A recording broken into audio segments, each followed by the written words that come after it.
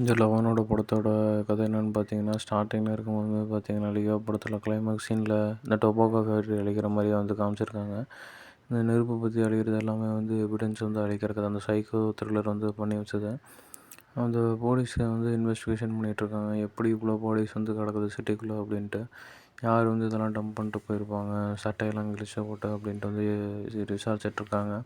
ஆனால் அது எல்லாமே போனது பார்த்தீங்கன்னா, யுத்த சுத்தம் படம் பார்த்துருப்பீங்க. அந்த படத்தில் வர மாதிரி இங்கே போலீஸ்குள்ளே யாராவது தான் பண்ணியிருப்பாங்க. இல்லாட்டி அவங்க இன்வெஸ்டிகேஷன் பண்ணுற ஆளுங்களே யாராவது வந்து ஏதாவது பண்ணியிருப்பாங்க. அவங்களுக்குள்ளே இருக்கவங்க மட்டும் தான் வந்து சைக்கோ த்ரில்லர். இந்த சைக்கோ த்ரில்லர் வந்து மேல் தான். இது வந்து ஒன்று பணத்தை கொள்ளையடிக்கிறதுக்காகவும் இல்லாட்டி வந்து அவனோட மைண்ட் ரிலீஃப்காகவும் தான் வந்து இதெல்லாம் எல்லாத்தையுமே பண்ணிகிட்ருக்கான். இதெல்லாம் ஒரு ரீசனோட பண்ணிகிட்ருக்கான். இந்த சைக்கோவோட த்ரில்லர் பார்த்திங்கன்னா, இவங்க கூட வந்து ஒரு 5-6 பேர் இருப்பாங்க. அந்த 5-6 பேர்த்தில் வந்து யாராவது ஒருத்தராக தான் வந்து இருக்கணும். ஃபஸ்ட்டு வந்து டாக் மிஸ் ஆயிடுச்சுன்னு வந்து கேஸ் கொடுக்க வருவாங்க. டாக் மிஸ் ஆகிருக்குன்னு கேஸ் கொடுக்க வரவங்கக்கிட்ட வந்து ஃபஸ்ட் இன்வெஸ்டிகேஷன் வந்து ஆரம்பிக்கும். ஏன்னா டாக் மிஸ் ஆகிருந்தால் எப்படி யாராவது கொண்டிருக்கணும், இல்லாட்டி வந்து கொலை பண்ணியிருக்கணும் கத்தும் போதும். அதனால தான் வந்து அது மிஸ் ஆகிருக்கும். அந்த கொலை பண்ண டாக் வந்து எங்கேயாவது புதைச்சி வச்சுருப்பானுங்க. அதனால் அங்கேருந்து வந்து கேஸ் வந்து ஃபஸ்ட்டு ஸ்டார்ட் ஆகுது. ஸ்டார்ட் ஆனதுக்கப்புறமா இந்த ஒவ்வொரு பிம்பமாக வந்து பிடிச்சி ஒவ்வொரு லைனாக கனெக்ட் பண்ணி அவங்க கடைசியாக சைக்கோ த்ரில்லர் இருக்க இடத்துக்கு வந்து போயிடுறாங்க.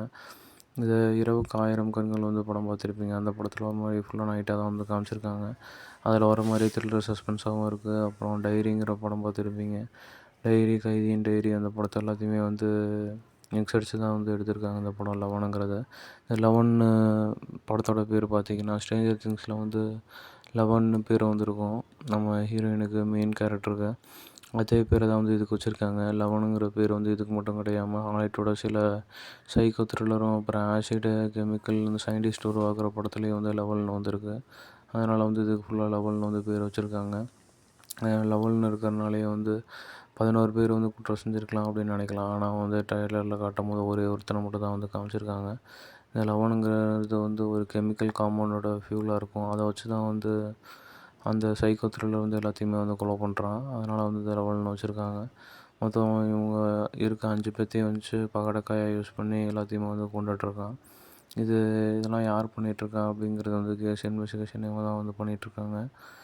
இது எப்படின்னு வந்து இன்வெஸ்டிகேஷன் பண்ணும்போது பார்த்திங்கன்னா, அவங்களுக்கு ஒவ்வொரு தடங்களாக வந்து வருது. கடைசியில் இவங்களே குழப்புற மாதிரி வேறு டைரெக்ஷனில் டிவைட் பண்ணுற மாதிரி வந்து ஆளுங்களும் வந்து திசை திருப்புறாங்க.